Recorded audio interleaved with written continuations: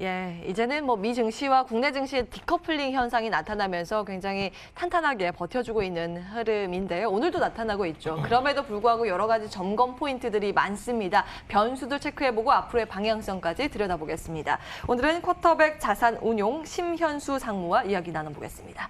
안녕하세요. 안녕하십니까? 예.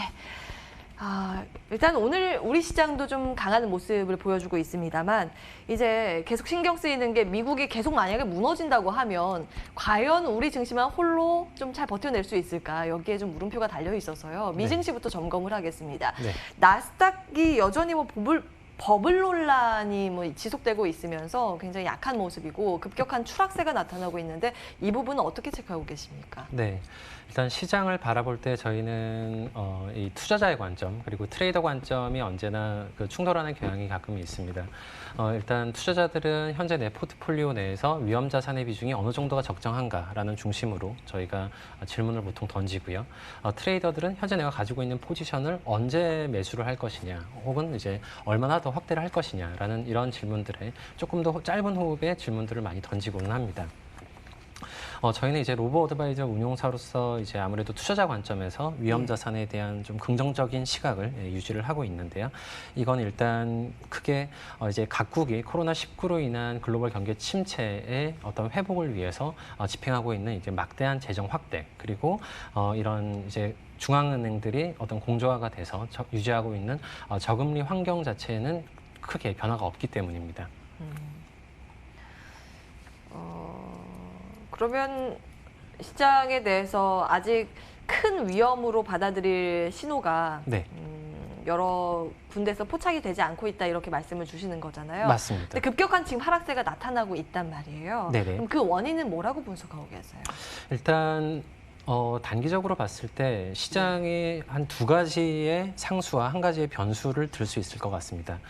이거는 어떤 관점이냐면 일단 지난 3월 이후 이제 글로벌하게 각국 정부들이 이제 재정을 확대를 하고 이게 실물 경기로 이제 이어지느냐에 대한 사실은 의구심이 굉장히 강하게 여전히 남아 있고요. 또한 이렇게 금융 환경 대비 실물 경기는 아직 조금 지진한데 시장이 너무 빨리 오른 것이 아닌가. 결국은 이제 밸류에이션의 고평가 논란이 사실은 크게 있습니다. 이제 이 두 가지 상수는 지난 수개월간 이제 시장의 어떤 비관론자들에게 계속해서 회자되어 왔던 이런 포인트겠고요. 세 번째가 사실은 이제 제가 한 가지의 변수라고 말씀을 드렸는데 최근에 이제 언론 보도에서 알려진 바와 같이 소프트뱅크가 이제 나스닥 상위주들에 대한 현물 그리고 콜옵션 매수를 통해서 시장의 버블을 만들었다라는 언급이 있습니다. 그렇기 때문에 결국은 이제 비관론자들의 어떤 이런 논리는 계속해서 시장에서 있던 부분들인데 정말로 큰 고래가 들어와서 버블이 생겼다라는 이런 추가적인 포인트가 생겼기 때문에 시장은 일시적으로 지금 약간의 공포 혹은 위험 관리가 지금 작용을 하고 있는 상황이고요. 그렇기 때문에 환을 포함해서 다양한 지수의 변동성이 굉장히 좀 커져 있는 이런 상황입니다. 예. 어찌되었던 당분간 이제 변동성이 어느 정도 이어질지 여부는 지속적으로 체크해 볼 필요가 있어 보이고요. 시장에서 좀 기대 구석이라고 하면 결국에는 유동성의 힘이 아닐까 싶거든요. 각국의 이제 경기 부양 정책이 어디까지 이어질 수 있을지 여부도 좀 궁금하고요. 이에 대해서 시장의 영향력은 어떨지도 궁금하고요. 네, 결국 지금 시장의 크게 높은 수준으로 유지되고 있는 유동성은 결국은 투자 수요를 활성화시켜서 이렇게 이제 실물 경기를 개선시키려는 각국의 노력에 기인합니다. 그렇기 때문에 지금 아주 소수 의견이지만 중앙은행들이 이런 식으로 유동성을 확대하는 것은 결국 한계에 부딪힐 것이다라는 의견도 있는데 저희가 봤을 때는 결국 이런 크나큰 시장 유동성의 힘은 실물 경기가 회복될 때까지는 지속이 될 것이다라고 보는 것이 합리적입니다. 단적으로 지난달 이제 8월 연준 잭슨홀 회의에서 언급된 바와 같이 결국 AIT 평균 물가 목표제라는 아젠다가 제시가 됐습니다. 이거는 말하자면 관리 목표 수준인 2% 이상의 인플레이션이 발생을 하더라도 이를 용인하겠다. 결국 중앙은행이 인플레이션을 용인하겠다라는 말은 그만큼 기준금리를 올리는 것에 더 신중하겠다라는 뜻입니다. 그렇기 때문에 그만큼 미국은 실물 경기 회복을 위해서 통화 정책을 완화적으로 유지하겠다라는 어떤 강력한 의지를 다시 한번 표명해준 이런 상황이라고 볼 수가 있고요. 그렇기 때문에 뭐 단기적으로 어떤 유동성이 꺾인다라고 생각을 하시기보다는 실물 경기의 개선 흐름을 살펴보시면서 결국 이런 확대된 유동성이 실물 경기 개선으로 소프트 랜딩이 되는 과정들을 지켜보시면서 의사결정을 하시는 것이 도움이 많이 될 것 같습니다. 예, 경기가 회복될 때까지 이제 연준은 경기 부양책을 쏟아낼 것이다 이런 네. 쪽으로 말씀 주시고 그러면 사실 이제 유동성에 대해서 우려할 부분은 없어 보이는데 말씀대로라면 네. 그럼 국내 증시는 어떻게 좀 봐야 될지가 궁금하거든요. 네. 미증시가 갈 때 좀 못 갔던 부분이 있어서 지금은 좀 미증시 급락의 영향과는 조금 다르게 움직이고 있는 것 같긴 한데 여기에서 더 강하게 뭔가 드라이브를 걸 수 있는 무언가 모멘텀이 있는가 그 측면에서 보면은 잘 모르겠거든요. 어떻게 네. 보세요?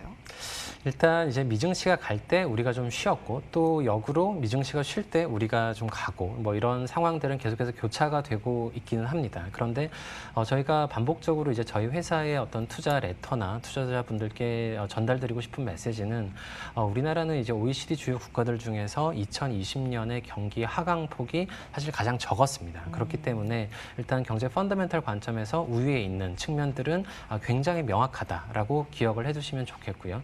또 한 가지 점은 이제 2021년까지 두고 봤을 때 과거 이제 2019년 대비 2021년까지의 어떤 경기 상황을 봤을 때 여전히 한국은 앞으로 이제 개선되고 있는 어떤 수출 기대감이나 이런 부분들 때문에 여전히 이제 글로벌 위험자산 투자 혹은 주식 투자자들에게 관심을 받을 가능성이 높습니다. 그렇기 때문에 지금 우리가 예를 들어서 일시적인 미국의 조정 대비 선방하고 있는 한국 시장 자체는 그만큼 튼튼한 경제 펀더멘털이 반영되고 있다라고도 보실 수가 있습니다. 예. 국내의 내부 체력 자체가 좀 긍정적이었다. 네. 그리고 수출이 워낙 좀 괜찮았잖아요. 다른 타 국가에 대비했을 때. 맞습니다. 그래서 펀더멘탈 상황, 국내는 양호. 일단 이렇게 기억을 해보도록 하고 네. 주변 지표 보면 이제 국제 유가가 워낙 좀 많이 빠져 있어서 이게 또 변동성 유발될 포인트가 될 수 있을까도 좀 궁금하고요. 이제 네. 금값이 가다가 좀 주춤하는 모양새인데 전반적으로 원자재 시장은 어떻게 보세요? 네, 저희 회사에서는 이제 매월 초에 주요 글로벌 자산별로 자산별 투자 의견, 결국 이제 시그널을 공개해드리고 있는데요. 이번 달 9월에는 금과 원유를 포함한 원자재 모두 다 긍정적인 신호를 유지를 하고 있습니다. 이는 일단 이제 두 개를 나눠서 설명을 드리면 금 같은 경우에서는 저금리 상황에서의 자산 가격 상승 상황 시에 이 자산의 이 가치를 저장하는 이 수단으로서 사실은 가장 유효한 이 수단으로서 기관 투자자들에게 이용이 되고 있고요. 그렇기 때문에 제가 말씀드린 것처럼 저금리 상황 자체가 지금 급격하게 변화할 상황이 아니기 때문에 해당 금에 대한 선호는 유지될 가능성이 높습니다. 예, 그리고 추세가 꺾이진 않을 것 네, 같아요. 그리고 예. 이제 원유 역시 지난 4월과 비교해서 봤을 때는 지금은 경기 저점에서부터 어떤 수요 회복이 기대되는 이런 상황이기 때문에 분명히 4월의 폭락 결국 경기 불확실성에 대한 공포로 인한 투매와는 지금은 상황이 사뭇 다르다라는 점을 기억하실 필요가 있습니다. 예, 그러면은 9월 우리 증시에 대해서 긍정적으로 보시는 거예요? 전반적인 대응 전략을 세워주신다면요? 네, 일단은 제가 아까 소프트뱅크 관련된 언급도 좀 드렸지만 단기적으로 변동성은 확대된 상태가 지속될 가능성이 조금 있습니다. 그렇기 때문에 제가 장기적인 투자자 관점에서는 위험자산에 대해서는 긍정, 근데 단기적인 트레이더 관점에서는 변동성에 대한 대비가 필요하다 이렇게 말씀을 좀 드리고 있는데요. 어쨌든 개선되고 있는 기업 실적 그리고 이제 경기 지표, 특히 미국의 고용 지표 등을 유심히 살펴보시면서 시장에 대응을 하실 것을 추천드리고 또 막연한 공포로 시장으로부터 무조건 떠나 있지는 마시라 이런 추천을 좀 드리고 싶습니다. 예, 단기 어떤 부침은 있을 수 있겠지만 추세적으로 위험자산 선호 현상, 이 유동성이 주식시장이나 위험자산 쪽으로 가는 이 기조가 꺾이진 않을 것이다. 이렇게 보셨습니다. 네. 쿼터백 자산운용 심현수 상무와 함께했고요. 출발 마케돈 2부도 여기에서 정리하겠습니다. 함께해 주신 여러분 고맙습니다.